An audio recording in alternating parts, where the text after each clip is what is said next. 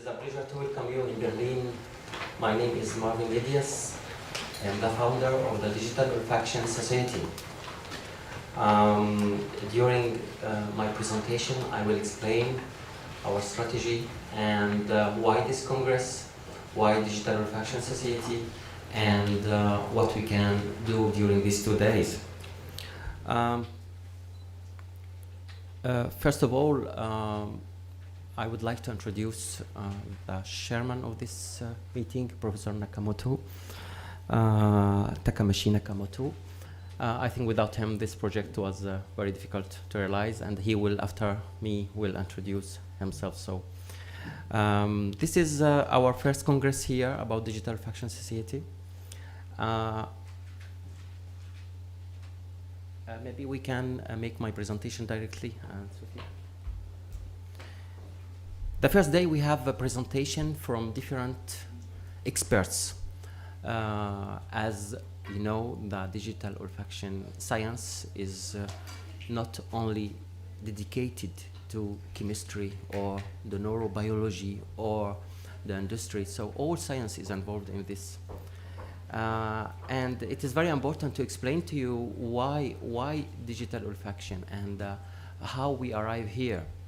So the adventure is starting 2 years ago, and many people say, talking about digital, misunderstanding what we mean about digital and olfaction and smell and the fragrance. So it was confused, and the target, what we want to do with this science, was also confused. So during this presentation, I will talk about the story, the origin of this idea, the impact on our life, and you have in the abstract book some ideas. Where's the red line and the limitation of this science? Our perspectives, and maybe we can discuss tomorrow for books and journal about Digital Olfaction Society.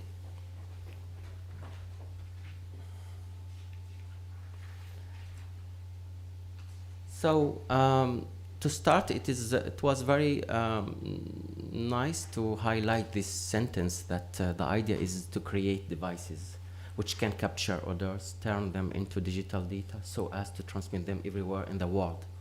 So it is different. Before we talk about electronic noise. Now we talk about we can digitalize, we can digitize, we can transmit them into internet, we can transmit them into wireless, and then we can capture them again, and you have the original aroma transmitted to other devices. The story started, as I am involved in obesity. My field of expert is obesity and chronic disease. And one of the interests for me is aging, not the pathologic side of aging. Why we aging? It is a psychological effects. Aging is not a pathology, and our main activities was how to have less side effects of aging. How can we have aging period of our life without diabetes, obesity, without the neurodegenerative disease? So one of our activities in my lab, on my research, was obesity. The other activities was obesity. And obesity is a big problem, not only in Europe, but also in Asia and in all countries, as what we call metabolic syndrome, obesity, diabetes, hypertension. And we must take in consideration that our life is changing, our nutrition is changing. So to talk about obesity, it is a big field, and it is not the subject of the day. So aging and obesity was one of our main interests as a scientific, as a medical doctor. And we fix a challenge in our scientific society, what we call International Society of Antioxidants and Preventive Medicine, how to prevent these diseases, how to prevent cardiovascular disease. I talk today about prevention and not treatment, because we need urgently to prevent disease and not to treat. You go to doctor when you are ill, but however the strategy, how to predict that you will be ill, and so to prevent that you will have pathology or you to have neurodegenerative disease. So among the big problem we have here actually is neurodegenerative diseases, Alzheimer's diseases, metabolic syndrome, cancer. So all these diseases needed another strategy, not pharmaceutical strategy. Pharma cannot resolve all problems. Obesity, we don't have magic drugs to treat or to prevent obesity. The other challenge we have it, and it is very important for our today, how to detect that somebody is less healthy or less fit. So you need markers, or you need biomarkers.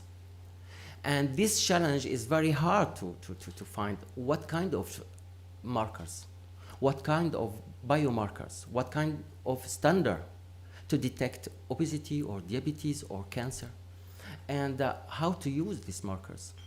So the idea is starting from that I need to have markers for obesity, and we need to talk about strategy to combat chronic diseases. And we have many challenges. One of them is, technology, nanomedicine, communication between human body and devices, how to detect glycemia in the blood and then transmit it. We talk about biosensors, we talk about tensors. So the idea is how to find strategies. Stem cells is one of our challenges because we know now that we can activate these stem cells to repair or to again proliferate and replace the dead cells. So it is one of our challenges. And the final one, digital olfaction science, which I believe that digital olfaction science will play a strategic role in the future. In order to attain our targets, we need 3 or 4 factors. One of them is science, and I think we need to have this kind of collaboration and to more research in this, on this field. Industry, because without industry, I think there is no manufacturing of devices, methods. And I think we must respect the final consumer, and we must take in consideration the ethical and the legal aspects. I forget to add the political one. Without political, you cannot do anything at this level. So my topics number 2 is the origin. So the origin was in 2010, and we organized a congress in Paris about olfaction and issue. That's all. We don't talk about digital. 2010, we talk about olfaction. And we have a small symposium about pheromone. So this kind of meeting, the idea is to gather many scientific to talk about a subject who can advance the prevention. And at this 2010, we just start to talk that there is aroma who can activate some receptors in the intestine.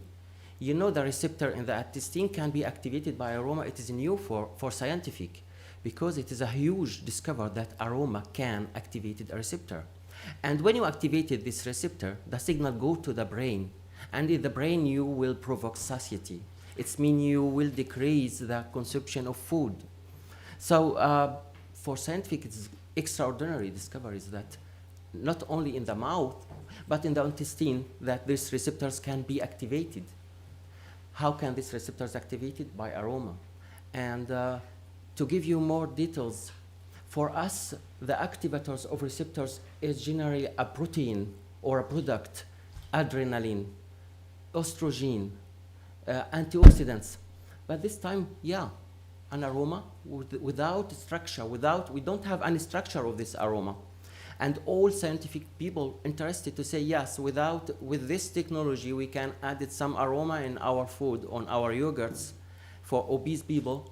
And these obese people we will provokes in their mind what we call satiety. It means we will decrease the consumption of food.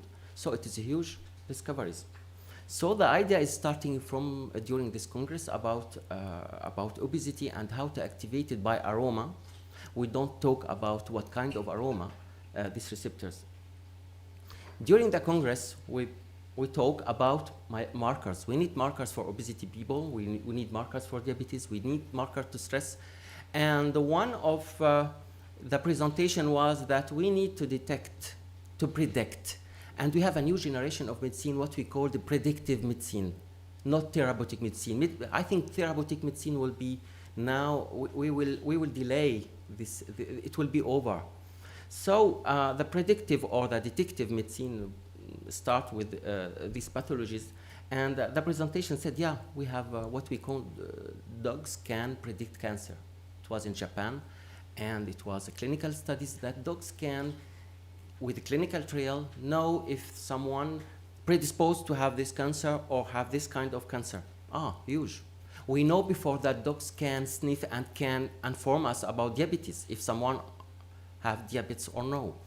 So this is in 2010, there's a kind of association between markers, biomarkers, and aroma, and obesity and stress. Yes, stress, we can detect them. How can we detect? Dogs can do that. And with the symposium in 2010, we talk about a taboo. It is a taboo to talk about pheromone and sexual attraction. And we talk about attraction, seduction, communication, social effects. And there's many clinical studies in animals. And if you check the abstract book, at the end of the abstract book, we have a resume of this congress that we awarded one of the animal experts in this field. So the pheromone is a reality that we know that we can communicate, we can seduce, and we can repulse with this kind of molecules. So the idea during this congress that yes, we need to go in this side, and we need to talk more about digital olfaction, that we can predict, we can detect. And I am not expert in olfaction, I am not expert in electronics, and I am not expert in communication. So the idea how to gather all people. It is not a science, a unique science that talk only about digital. It is we need to talk about chemistry, we need to talk about medicine, we need to talk about electronics. So the idea how to gather all these people. So we start to say, yeah, this field is starting already in Japan. They already have big steps before, and they talk about aroma and chemistry and electronics. So the idea of digital olfaction society was born. And here you have, and in the abstract book, you have about our aim. And the idea is to, I think, I don't want to go inside in all details, but the idea how to gather all experts together. Here today, we expect for today 60%, and the 60% is coming from different fields. We have very extreme people. We have people working in electronics, we have people working in Mercedes-Benz, and we have people working with Procter & Gamble, and we have people working in Johnson & Johnson, and we have academics. So we don't have biochemistry, we don't have neurochemistry. So all of these people need something to understand how to translate this science and how to manufacture devices of this science. So we start to organize a consultation with many scientific and no scientific people. And the no scientific people help us more than scientific people, because they said, yeah, be careful, because the impact of science will change completely how we imagine the future, how we imagine the communication. And the project was born with all of these people. So I think the social and ethical experts was one of the main importance members. Now we have around 72 members, and we have around 11 or 12 people working in the social activities, and advocate, psychological people working in this field. However, as you observe, that it is a huge science, and we need all the competencies in this field. Just this science is very complex, and this, all of you maybe hear it in several times, that it is very difficult to find a science for smell, or to measure or to compare smell is a challenge. So I was attracted and seduced by the idea that yes, we can, and calling some experts like Professor Nakamoto, we tried to design what we called, what we can imagine with this digital olfaction society. What is our vision? So we can talk more on time, and you know, all of you, that we can touch the communication, the food, the cosmetology, the health, the game, justice, etc., the military applications, and all of this, all the fields now.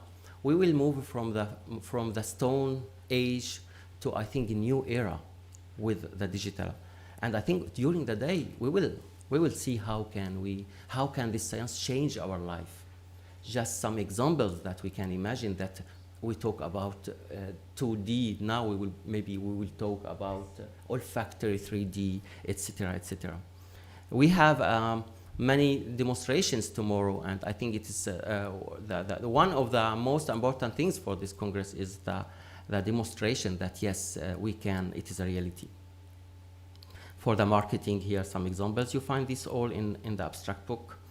Mobile applications, marketing, packaging, all of this you can, games, you know, this is one of the big markets, games, communications, memory.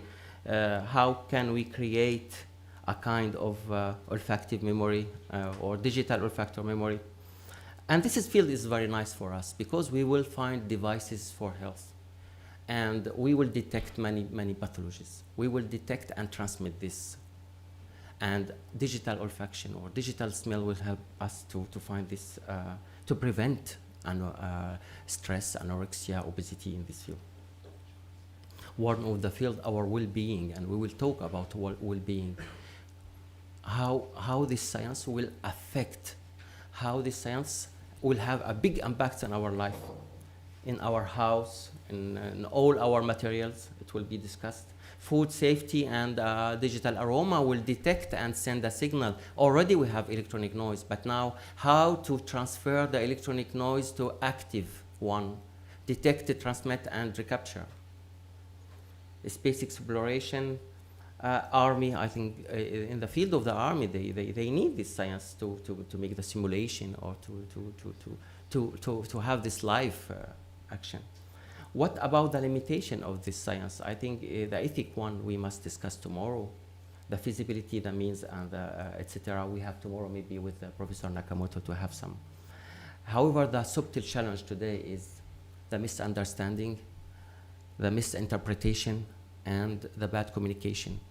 I'm afraid that if we don't have very expert people who can talk very good, who can explain very good, the media and the press did not understand the idea. We have big problems with scientific people. What do you mean by digital olfaction? What you can use? It is a speculation. It is a kind of sect or what?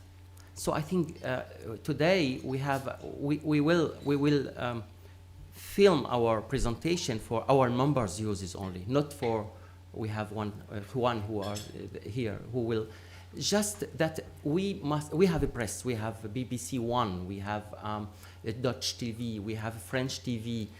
They will ask you some questions, but the question how they will interpret what we will say.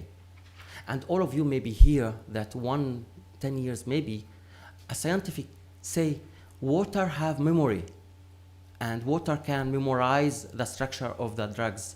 And the press misunderstood his idea and it was misinterpreted. So I think one of our discussion tomorrow with Professor Nakamoto, how to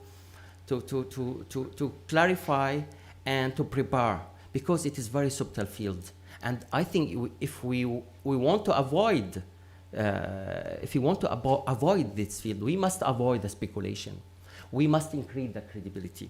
The credibility is very important. How to select the communication, how to demonstrate the feasibility of these devices, how to translate this research into reality. And I think all of this is a small meeting, but believe me, all of you is very high quality people here. We don't have, all of you is very interested by this field. So I think one of the major role of DOS is to highlight these aspects. The perspective we can talk tomorrow, and but I just want to highlight the final one. We must fit all science and experts together. And this is big challenge that when Nakamoto-san said this morning that we have many emails that there is already a scientific association in Spain, in Italy, in US. But I think our vision is global. We don't want to talk to only chemistry. We want to talk to all scientists together. The question that we can discuss tomorrow, Nakamoto-san, is where we are now. if we are avant-time or we are avant-gardist. I don't know if we can say avant-gardist, and we maybe failed because we must wait maybe 5 years or 10 years. It's too early to discuss about this field. I think you, after me, and tomorrow during the discussion and during the demonstration, we must fit exactly whether we can start now or whether if you agree that no, it is too early, the consumer is not ready, the manufacturer is not ready, we are 10 years before to have real applications. So in order to make the change, it is an honor to start for the first demonstration. For the first presenter is Professor Takamashi Nakamoto. And I think Professor Nakamoto, coming from Tokyo Institute of Technology, Department of Physical Electronics, one of the leaders in this field. He published many books, many articles. Your team is one of the credible team in the world for me who advanced this research. And I think we discussed that you must be the one of the leader in this field.